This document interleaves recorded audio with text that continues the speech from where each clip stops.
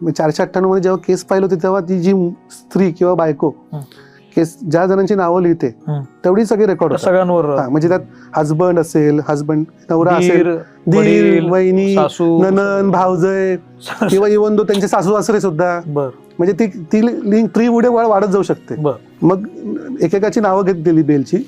मग असं बेलमध्ये एका मुलाचं नाव घेतलं. कुठे आहे म्हणे, हे काय म्हणे 2 महिन्याचं बाळ. 2 महिन्याचं बाळ दिल्ली कोर्टामध्ये झाली केस आहे. काय सांगताय? 2 महिन्याचं बाळ होतं. जजला असं जज शॉक झाला एकदम की 2 महिन्याच्या बाळाने काय केलं असेल अत्याचार. काय सांगताय? आपला एक फेमस पॉलिटिशियन आहे दिल्लीमधला, खूप फेमस पॉलिटिशियन आहे.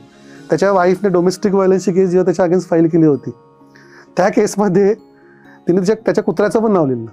म्हणजे हा कुत्रा माझ्याकडे नेहमी बघून भुंकतो मध्ये. खरं सांगताय? 2 वर्षाचं रेकॉर्डवर आहे.